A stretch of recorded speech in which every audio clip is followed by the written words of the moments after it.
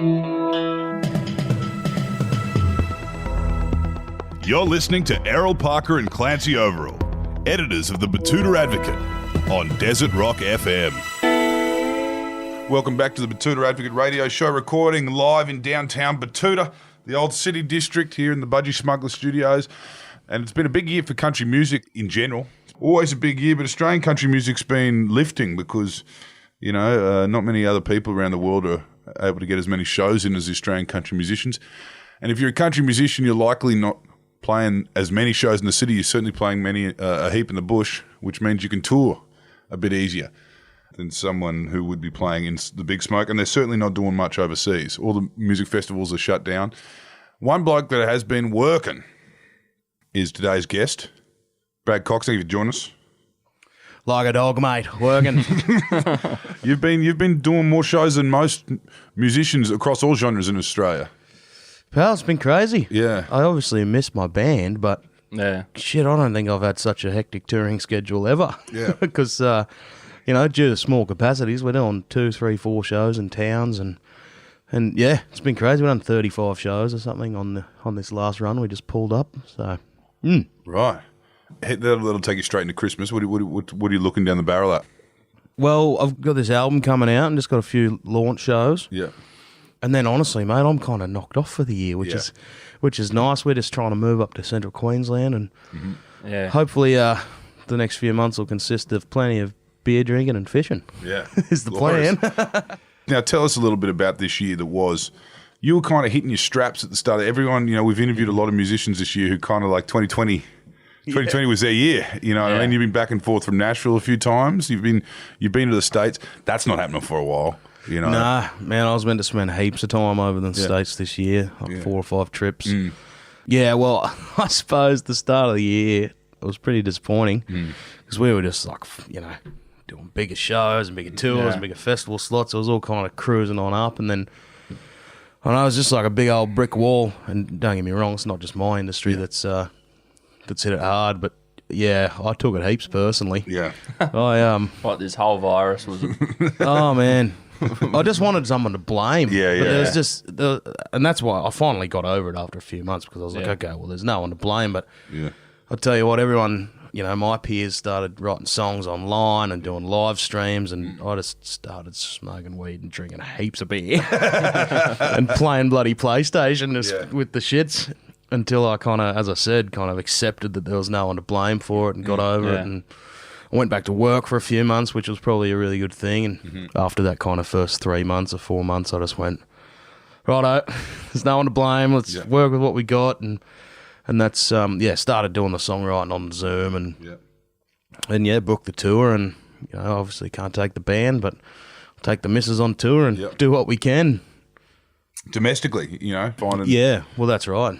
Now, tell us, the missus, she's still got the Tamworth Toyota, doesn't she? She does, yeah. Yeah, so I had to give it back. So I had a year off, and then Sammy picked up the award this year, and back in the star car with free fuel. It's bloody good, really. Yeah, it's good for the tour. Oh, really? Yeah, you get it for a year. Really? Yeah, get it for a year, free fuel card. So you guys were back to back? No, there's 1 year in between us. Yeah, right. Yeah, so a fella called Blake O'Connor won last year's a great bloke. Is it the same car? Nah, it's a new car. I was about to say it. That's a bit cheap. No, it's a new car. There you go. It's got 800,000 Ks on it now. Yeah, and here's NRMA's number. You'll need it. You'll need it by the time you get to Gympie. Yeah, that's right. But yeah, Blake won it last year, and Sammy picked it up this year. And obviously, it's basically the thing is so you can get to all the festivals and all your shows easily, and they've just given it to Sammy for the next 12 months too, which is bloody good of Toyota. Yeah. Because, you know, no festivals and stuff for her to kind of get in front of an audience and stuff like that. So Sammy should be taking it personally too, because this is her Tamworth year, you know? Yeah, definitely. She's been really good, man. She, as I said, I didn't touch a guitar for months, but she was straight on the job, writing songs and going, well, this sucks. And with her too, with winning that thing, she's, you know, spent so much time just answering questions of people. Oh, so what's going to happen? What's going to happen? She's like, I don't know. You're like, you know, when's the bloody vaccine coming out? No one bloody knows. So, no, she's been really good about it. And God, she's put up with me. So she's a pretty patient lady. So when did you first start feeling like, I mean, you've done all kinds of work over the years. You're from Jindabyne originally. I mean, that is country music kind of country. They've had snowy, CMC rocks the snowies and all that kind of stuff in that kind of area. Yeah. Is that the right side of the mountain I'm thinking there? Or? Yeah, it is. Yeah, just up the road. Yeah. What kind of country is that? Can you describe it to you? A lot of people in Queensland don't really understand that, outside of parish is probably the buzzword there. Yeah. Well, I suppose you'd call it subalpine country, so it's quite hilly. And then not far away you have the Monero too, which I'd liken to the moon. Mm-hmm. Yeah. You're lucky to kind of come across a tree in the rolling hills out on the Monero. Yeah, Jindabyne, the Snowy Mountains, obviously snow, ski season, very busy for 3 months of the year, but I actually love the non-ski season down there. It's just a small little country town. Mm-hmm. Everyone knows everyone. It's beautiful country, cattle and sheep, and Are you into your snow sports, Brad? I am, mate, yeah. So I grew up skiing. I've skied for 25 years my whole life. And yeah, right. I actually took... That's where the cannabis comes from. Yeah. He didn't pick that up ringing. I don't know. There is a lot of hooter up there in those channels. Riverina Rolly. A lot of hooter up there. In the territory, it's called ganja. Bit of Yandi. Yeah. Yeah, I love skiing, man. I took my dad over to Colorado this year, coming out in Nashville for a few days, and then we went up to Colorado and had a. Well, was it a bit better than Threadbar? Do you think? Yeah, it was definitely over there. At definitely Steamboat. Bigger hills. No, we were at not at Steamboat. We went skied Winter Park and Snowmass and Valet, and we didn't get to Vail. But we went to Taos in New Mexico, which was really cool. My dad's always talked about skiing in Taos. I got no idea where it is. Taos. Oh yeah, I've heard of it. It's in New Mexico, but he's just always talked about it. And I said, come on, you old bastard, stop talking about it. It's been 20 years you talked about skiing this resort. Let's just go. It's like a 4-hour drive from Denver. It's not even hard to get to. So we went and did that. It was really cool. It's some good snow, and I haven't skied in a few years actually, so... I was a bit sorry. I enjoyed the hot tub at the end of the day, that's for sure. Now, then from there, how do you end up working up north? What happened there? You wrapped up school?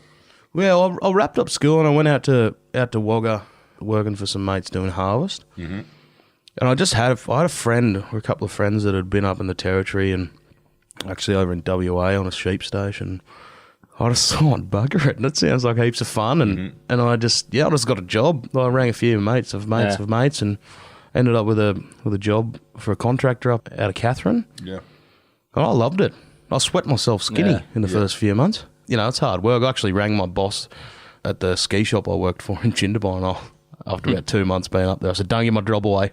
This place sucks. I might be home in a few weeks, homie. But after those first kind of 2 months, I loved it. It was great. If I wasn't singing, I'd probably still be doing something like that. Yeah. I just love the people. Like, you can almost have a punch on with a bloke in the yards, but you still sit down and have a couple of tins in the afternoon. Yeah. I love that, and especially contracting, because you camp out so much that you're with 8 or 10 blokes and girls. Yeah.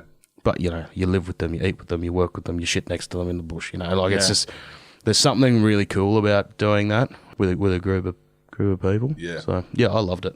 How did you get into this? You became a recording artist. Did that start with campfires?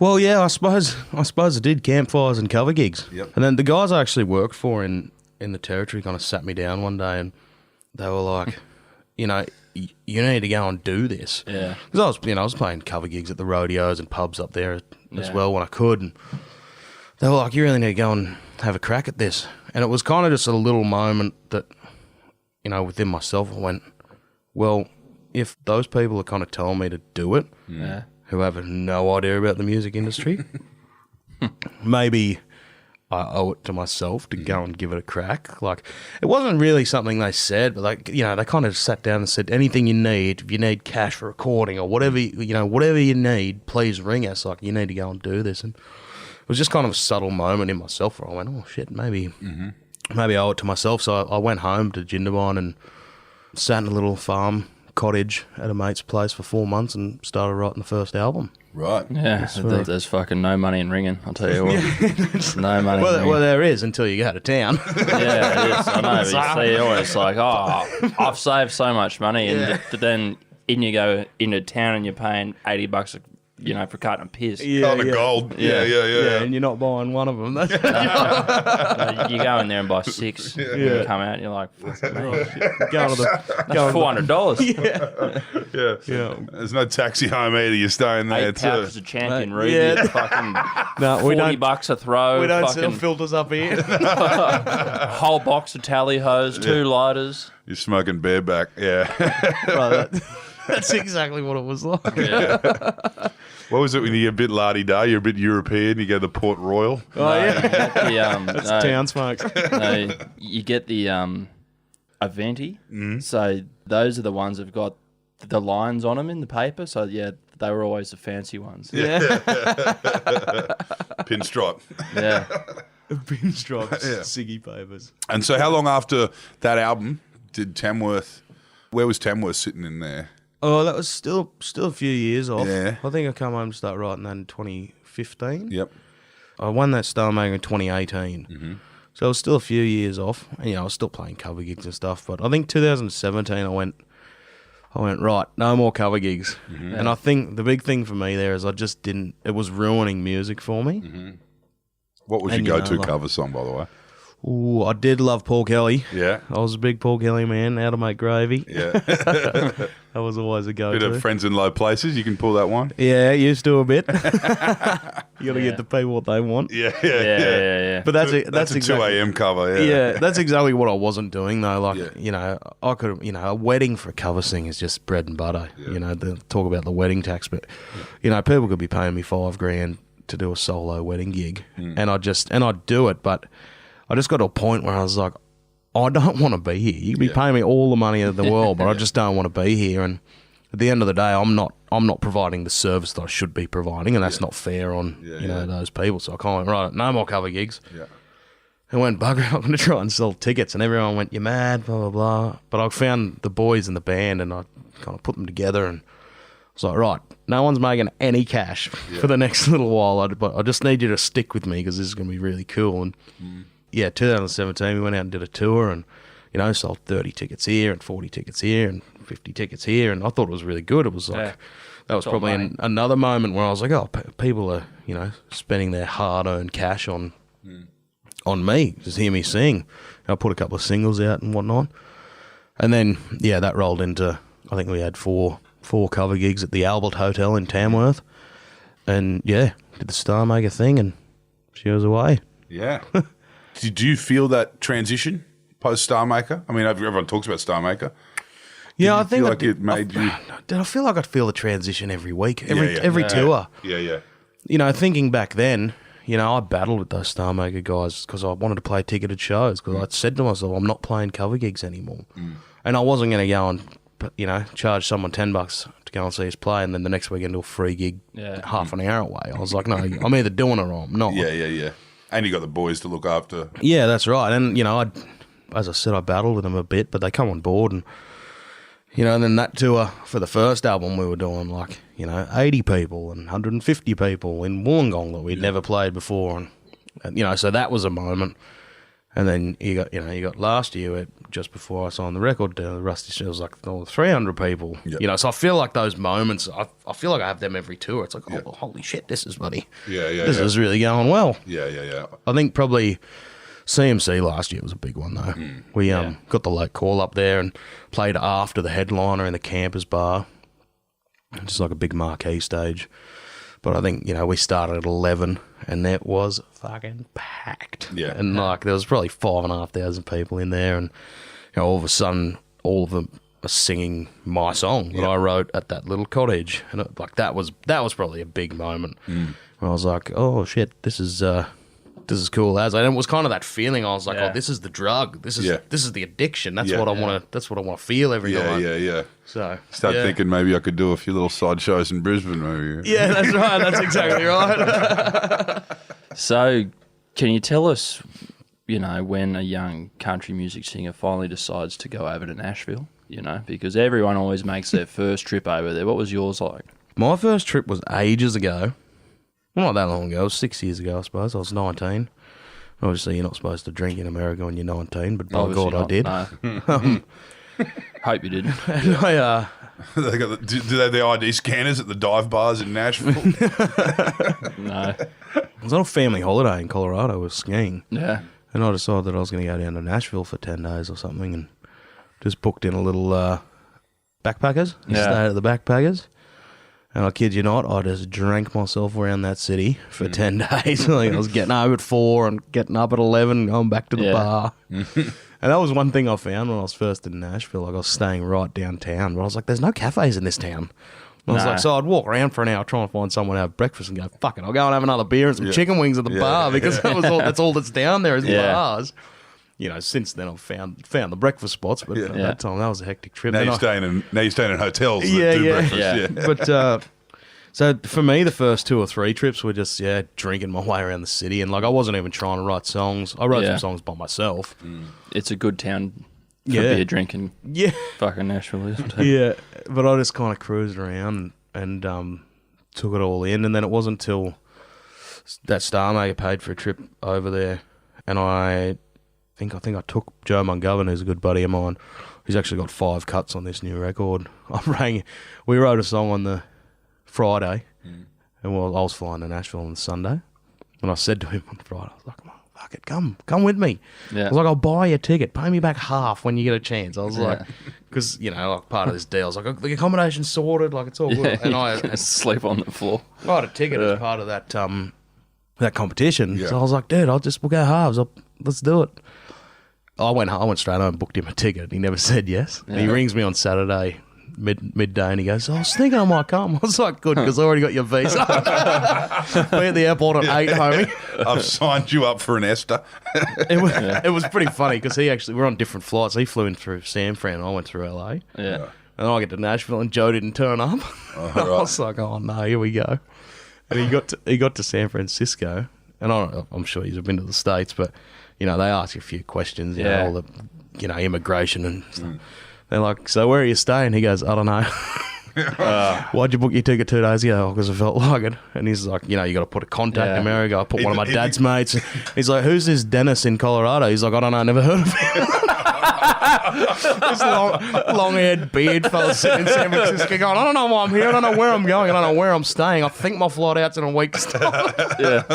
Eventually they let him in. I was like, oh, sorry, dude. I didn't even think about telling you. He's probably lucky he came through San Fran. You know, they're just like, you know what? We'll take a...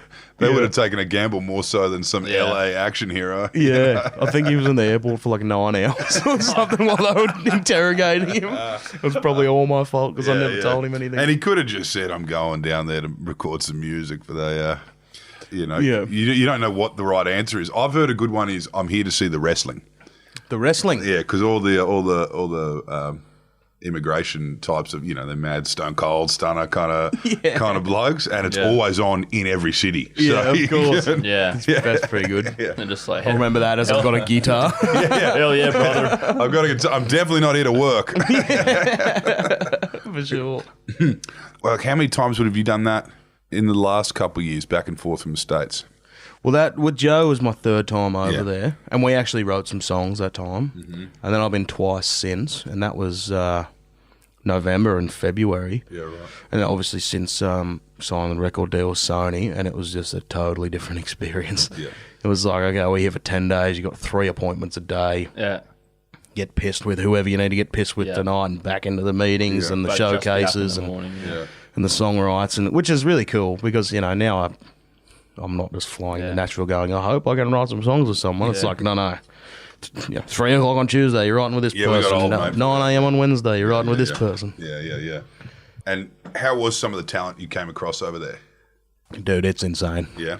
You feel like a little fish in a big ocean over there, that's for sure. Yeah. Especially probably because I've never played a show. It's like, you know, I might just, you know, writing the songs over there is great, and I'm getting great songs, but it's almost, and I'm going to go and do it, but it's like, I'm going to put on a show. We're going to go and play to 800 people at Tamworth Country Music Festival, 600 people in Canberra, and we're going to go over there and play a gig, and there'll be 25 people there. Yeah. You know what I mean? Which is cool, you know, and I'm not discounting that step, but it's like, well, this is, I've got to be ready for this, because I can just see how it'll be so easy to go, you know, Australia, we're killing it. Like, this is great, and go almost back to square one. Yeah. But there's no other way to do it, so I'm prepared. Would you ever do the full Keith and move over there? You know what? Ideally, Rockhampton first, mate. yeah. I've got a long-term plan because the fact of the matter is I'm very Australian and I do love Australia. Yeah. And even just going to the pub for a beer is just such a different experience. And your cafes too, obviously. Yeah, you love them too. Yeah, that's right. And it's just such a different culture. And I think it's great, but I love coming home. It's it feels like you're on a holiday. It's good for a holiday, yeah. It does. You know, like... Long-term plan is to move over there for 4 or 5 years and have a good crack. And then ideally, it's like, I'll just do the summer here and play all the festivals and fishing on the reef and then do the summer over there. And so is Keith back here now? Oh, Christ only knows. I think he's been back for... Yeah, he spends a lot of time here now. But there was... He went full hog. He probably went COVID and fuck that on out. Yeah. Manly Beach, thank you. He moved over there full time ages ago. Yeah. Hey, obviously it's worked out for him. Yeah. Have you met any blokes along the way that you kind of, you have any of those moments? Not like big stars. Yeah. And I don't really get like that. Yeah. But it was weird. I was at a party in Nashville after an award show.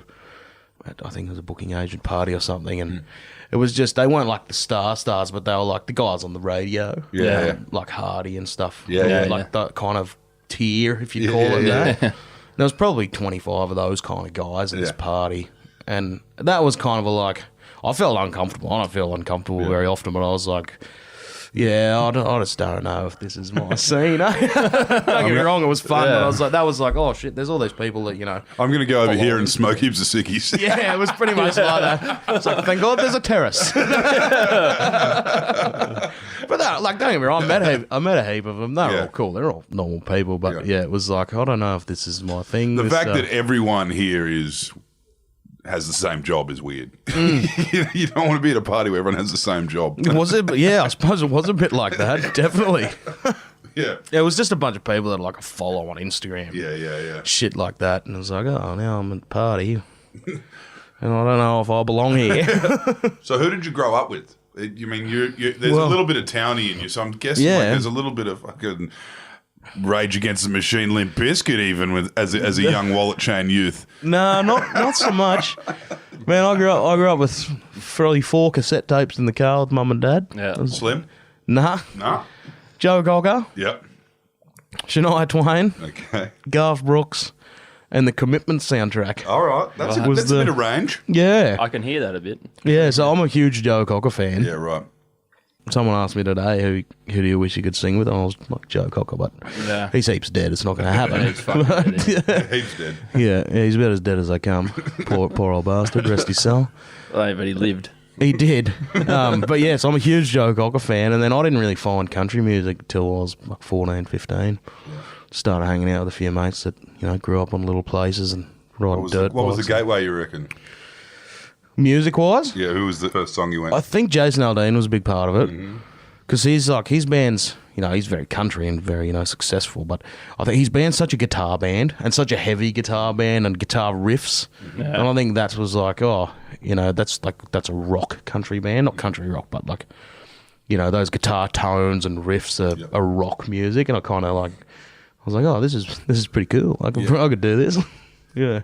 You're now at the point where you've got young blokes who are obviously meeting you. I mean, it's probably a bit hard now touring in COVID, having too many people on the bill, not necessarily one-man shows, but it's getting a bit like that now. Definitely. How are you finding with your own base, with your own crowd following you? Oh, it's pretty weird. Yeah. But also, I think people get weirded out that, before a show, I'll just be outside having a smoke. Yeah. And they're like, holy shit. Are you Brad? I'm like, I don't know. But they just get all weird about it. It's I'll write songs, I'm here to play them. I'm not. Yeah. I'm still going to go out and have a couple of tins and a smoke before the gig, You don't have to impress me off the bat, you know what I mean? That's right. They come up, they shoot their shot and they say something pretty... That's right. And, pretty nervous, I think, in a world of Instagram, social media, that you imagine someone that's all they see. People probably assume that I fucking fly around in bloody jets and shit. I drove a bloody 1991 Ford Falcon fucking station wagon till last year. You know what I mean? That I bought for $1,000. Yeah. And I loved it. Yeah. And now you're just in the missus car that that's Tamworth's paying for. Poaching of it. No, but so you've been all over the country. You've had a beer in a lot of different pubs. I have. Which pub do you reckon's your favourite? Oh, that is a tough question. I had a beer the other day in a town near Mission Beach Oh, yeah. Way up. called Ellarish. Ever heard of bloody Ellarish Hotel? No. I only had one beer there, but it was one of those pubs you sit in. Yeah, we went in there at lunchtime. I was like, "Ooh, I could sit here for a few hours." Yeah. All up here. But there's so many. Yeah, it was Ellarish. There's so many different pubs like that. I just had heaps of cool old photos and hogs that were taxidermied and Yeah. a bit like Daily Waters. There was just shit all over the place, and it was just I don't know. It was like one of those pubs where I was like, "Oh yeah, I could settle in for a yarn, few of the old barflies in this place." Yeah. Yeah, where would you find? I mean, obviously, as you said, rocks are snowy, rocks are hunter. CMC usually knew how to find them. Where the country music fans are. Have there been any surprises in Australia? Because you've been to a lot of towns. I mean, Dude, Canberra. Yeah, Canberra. We played there just before Christmas last year, and they upped the capacity, and I think we had like 700 people at the show. Yeah, right. Until then, that was our biggest ticketed attendance at a gig. And for some reason, they just Canberra. They love it. And Bush capital. well, I suppose it is. And you're the hometown boy down there. Well, yeah, that helps a bit. But even looking out in the crowd, out of 700 people, probably 30 of them. Yeah. But it was great. We've played at a little festival, Rose Cottage in Canberra. That was sick. And then we just did 3 acoustic shows to 120 people, all sold out.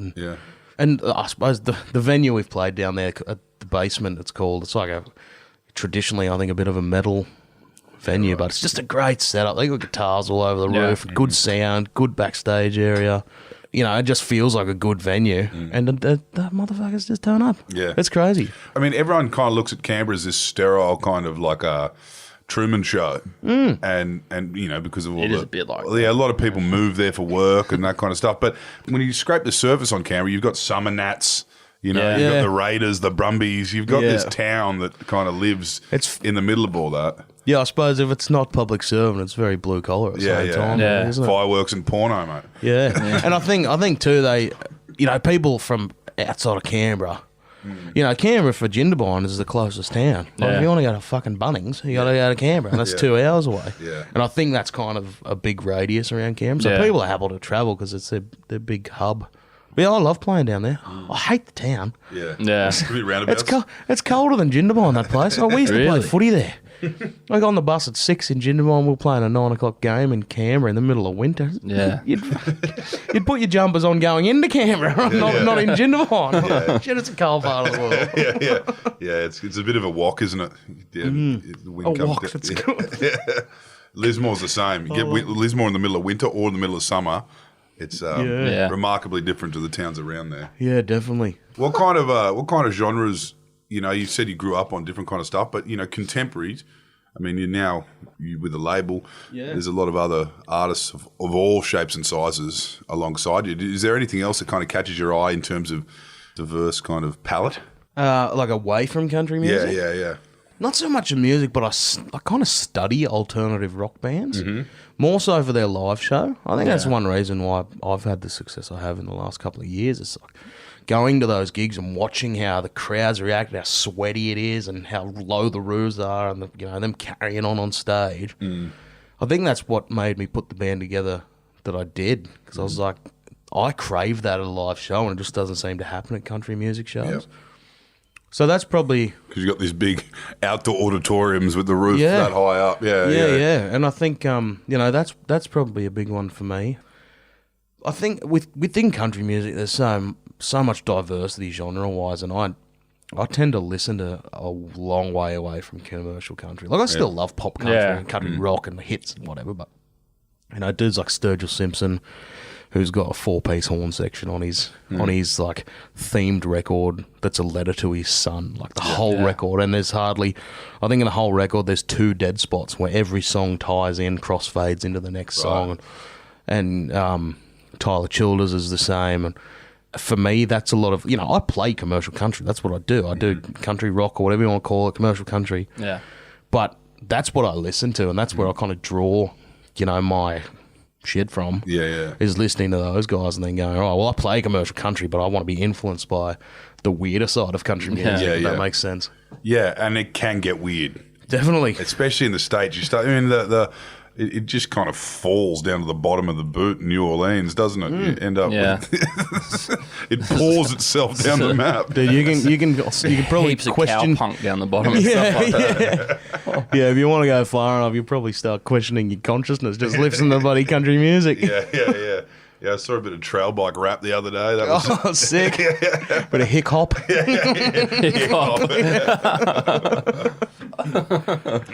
Well, I guess Australians were pioneers for that. That early days of Aussie hip hop was just those guys could have pulled out a guitar and they would have sounded like. Dude, they probably would have for sure. Yeah. That's it's almost like Bogan's kind of hip hop. You put a guitar in front of them. Yeah, we're saying that you got that in any kind of town. We were talking the other day about like those kind of Celtic festivals they have in different towns around Australia, and you've got the generations of bagpipe players who are basically by day country music cover guys, and then of course, one weekend a year they get the bagpipe out for Nan, and you just see that kilt and then the big pair of etnies at the